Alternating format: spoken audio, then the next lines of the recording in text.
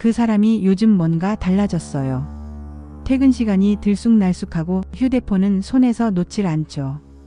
혹시 내 배우자 지금 외도하고 있는 걸까요? 당신이 이런 생각을 해봤다면 오늘 영상은 꼭 끝까지 보셔야 합니다.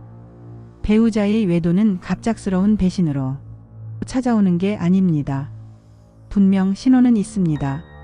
단지 우리가 그걸 애써 무시하거나 설마 우리 사이에 그럴 리가 하고 넘겨버릴 뿐이죠. 1. 갑작스러운 외모 변화. 첫 번째 신호는 외모 변화입니다. 남편이 어느 날부터 갑자기 머리 스타일을 바꾸고 향수를 뿌리기 시작합니다. 평소엔 신경도 안 쓰던 옷에 관심을 갖고 헬스장에 다니겠다고 하면서 자기 몸을 가꾸기 시작하죠. 예시를 들어볼까요? 50대 중반의 박모 씨는 남편이 어느 날부터 운동 후 몸 사진을 자주 찍었다는 겁니다. 당신 보라고 찍은 거야 라는 말에 기분은 좋았지만 나중에 알고 보니 운동을 같이 다니는 여성이 있었다는 사실을 알게 됐죠. 물론 외모 관리가 꼭 외도와 직결되는 건 아닙니다. 하지만 갑작스럽고 지속적인 변화, 특히 당신에게 보이기보다 누군가에게 보여주려는 태도라면 의심해 볼 필요가 있습니다. 2. 휴대폰 사용이 달라졌다. 두 번째 신호는 휴대폰 습관의 변화입니다. 갑자기 휴대폰에 잠금 패턴을 걸기 시작했다. 전화나 메시지가 오면 몰래 확인한다. 화장실에도 휴대폰을 들고 들어간다. 이런 변화가 있다면 눈여겨보셔야 합니다. 한 여성 사연자는 남편이 휴대폰을 항상 테이블에 놓던 사람이었는데 요즘은 항상 뒤집어서 놓는다면서 이상함을 느꼈다고 합니다. 결국 카카오톡 대화에서 김 과장이라고 저장된 여성과의 대화를 보고 충격을 받았죠. 특히 대화 내역을 지운 흔적, 밤늦게 누군지 모르는 카톡 알림이 자주 울리면 이건 단순한 업무 연락이라고 넘기지 마세요. 3. 나에게 무관심해졌다. 세 번째는 정서적 거리감입니다. 가장 뼈아픈 변화죠. 대화가 줄어들고 당신의 일상에 관심이 없고 작은 스킨십조차 피하려고 합니다. 예를 들어볼게요.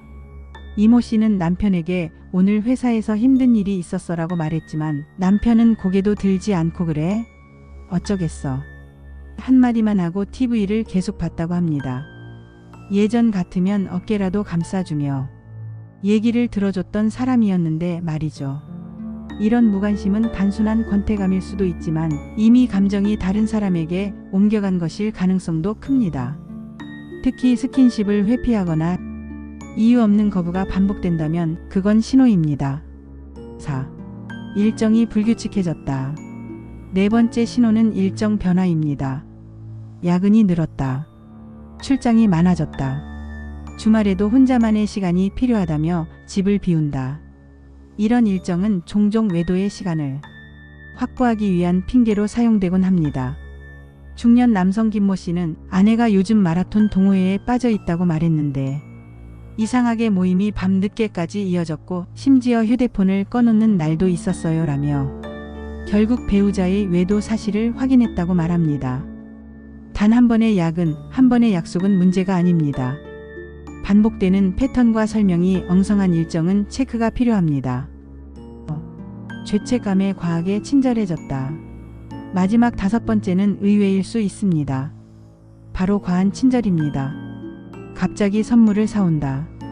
예전보다 다정해졌다. 이유 없이 칭찬을 한다.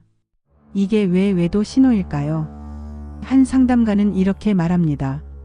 외도 중인 사람 중 일부는 죄책감을 덜기 위해 오히려 배우자에게 친절해진다고요. 이건 자신이 바람을 피우면서도 내가 이 정도는 해줬으니 괜찮다는 왜곡된 자기 합리화에서 비롯된 행동입니다. 그래서 오히려 갑작스러운 친절과 변화는 기쁨보다 경계심을 가져야 할 때일 수 있습니다. 오늘 이야기 충격적이셨나요? 하지만 중요한 건 이걸 보고 배우자를 의심부터 하지 말고 이상 신호를 느꼈다면 대화부터 시작하라는 겁니다. 외도는 흔히 관계의 단절에서 시작됩니다. 내가 느낀 감정, 서운함, 의심을 숨기지 말고 용기 내서 말하는 것, 그게 진짜 관계 회복의 첫걸음입니다. 이 영상이 당신의 관계를 다시 돌아보는 계기가 되길 바랍니다.